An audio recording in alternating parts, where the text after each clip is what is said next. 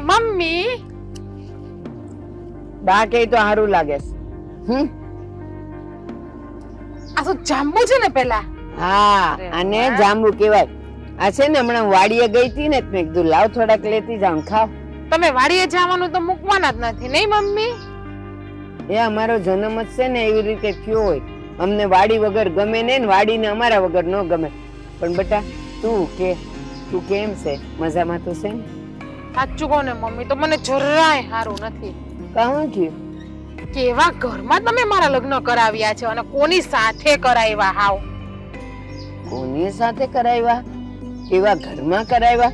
પણ આ તારા છે ને સાત શણગાર પરથી તો એમ લાગે કે તું સુખી જ છે. હું સુખી છું. બધાય ગામડાના ગોબા ભૈરા ઘરમાં કોઈ લખતા વાંચતા ન આવડે. ગમે એવા છે પણ એ લોકો મનના સાપ છે. ઘર હારું એ આખા ગામમાં છે ને એનું ઘર પૂછાય છે એટલે મેં તને ઈ ઘરમાં દીધી. પણ હું કામનું પૂછાય આ ઘર? મારો ઘરવાળો તો તમે જોવો, અમે બે આમ હાથ રાખ્યો હોય ને તોય કેમ કેવો છે? કાળો બિલાડા જેવો કોઈ તો તમે મારા હાટો. કાનો કેવો હતો? એ કાનો હતો, આ કાનો નથી. હા, એની માનો કાનો છે. એની માનો ભલે ને રહ્યો, મારો તો નથી ને. હવે મારી વાત સાંભળ. ઘોડા તો ગધેડાય હોય પણ એને ઘોડાની જેમ દોડતા આવડે નહીં ને. એ ભલે કાળા છે જમાય પણ હારા છે. મન તો ગમે છે. મન નથી ગમતા. અને હા, હારા કોઈને ઘડિયાળમાં જોતાય નથી આવડતું. હું હોતી હોય ને તો મને 11 વાગે ઉઠાડે. જો તો ઘડિયાળમાં કેટલા વાગ્યા? એલી એ તને નથી ખબર? આ બધા શહેર વાળા ઘડિયાળ પહેરે, બાકી આ ગામડા વાળા તો છે ને ખાલી સૂરજ જોઈને કઈ આપે કે અત્યારે હું ટાણું થયું હશે. એના જેવું તો તને આવડે નહીં. મમ્મી, એના ઘરમાં ઓલી ડંકા વાળી ઘડિયાળ આવે ની છે અને હું હોતી હોય કેવી મસ્ત સવારે 11 વાગે ન્યા આવીને મને કે માર હાવ જીગના જો તો ઘડિયાળમાં કેટલા વાગ્યા? હવે ઘડિયાળમાં જોતાય નહીં આવડતું હોય એને જરૂર જ ન હોય. પણ હું તને એમ કહું છું કે સૂરજ માથે ચડે ત્યાં સુધી તને ઉઠવાની ભાન ન પડે?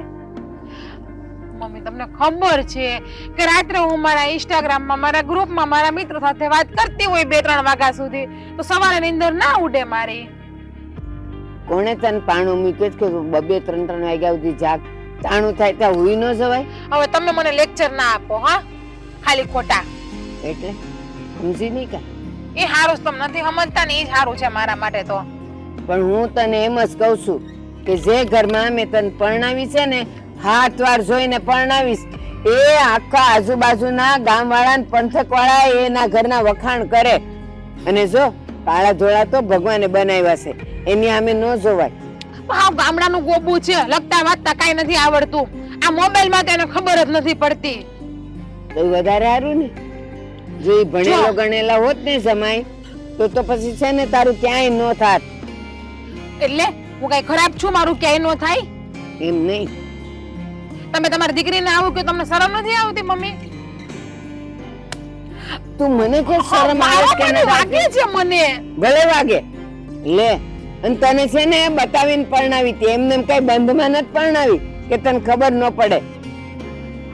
હા, મારે મમ્મી એનો કે ફોટો મૂકવો હોય તો મૂકી નથી હકતી. મારી બેનપણીઓ આમ સ્ટેટસ માં બધું મારા દાંત કાઢે. તું ક્યાં ને ઈ ક્યાં કાળો બિલાડા જેવો. એ મને એટલી તો ખબર પડે છે, માણા ગમે એવો કાળો હોય ફોટામાં તો ધોળો જ આવે. કઈ ધોળો? કેટલું ફિલ્ટર લગાવું મારે એમાં? શું લગાવવાનું છે? ફિલ્ટર એટલે છે ને સ્નેપચેટ આવે, એમાં આપણે રૂપાળા દેખાય કાળા હોય ને તો. પણ આ તો હારો એમાંય રૂપાળો નથી દેખાતી, એવો કાળો કોઈ તો તમારા હાટો. કા જોયા વગર એને પરણી હતી? તમે મને પરણાવી પરાણે, મારે ક્યાં પરણવું હતું? એ જેવો છે એવો હારો છે, હવે એને નિભાવે છૂટકો. મને ગમ્યું, ઈ ઘરે ગમ્યો, વરે ગમ્યો અને માણાય ગમ્યા જ.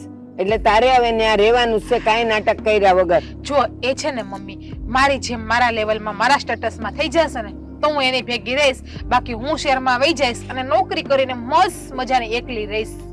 એવું જો તે કાંઈ પણ કર્યું ને તો મારું મરેલું મોઢું જોઈતું. બસ તમે જોયા હોય તે મને હમ જ આપો. હમ આપીને લગ્ન કરાવ્યો, હવે કે તો હમ આપીને રે. દીકરી મરે જીવે. અમે આખી જિંદગી અમારા વરને હાચ્યો કે ન હાચ્યો? તમને મારા પપ્પા ગમતા હતા ને એટલે તમે એને હાચ્યો. હારું હાલો, મારે તમારું 2 પન્નાનું ભાષા નથી સાંભળવું. હું જાઉં છું. તમારે લપણ કરે પેલી ઘોડી તને ક્યાં કઈ ખબર જ છે? કે ભગવાન છે ને ઈ આપણા માટે જોડી ગોતે અને ઈ ગોતે ને ઈ બરાબર જ ગોતતા હોય, પણ તને ક્યાં અક્કલ જ છે?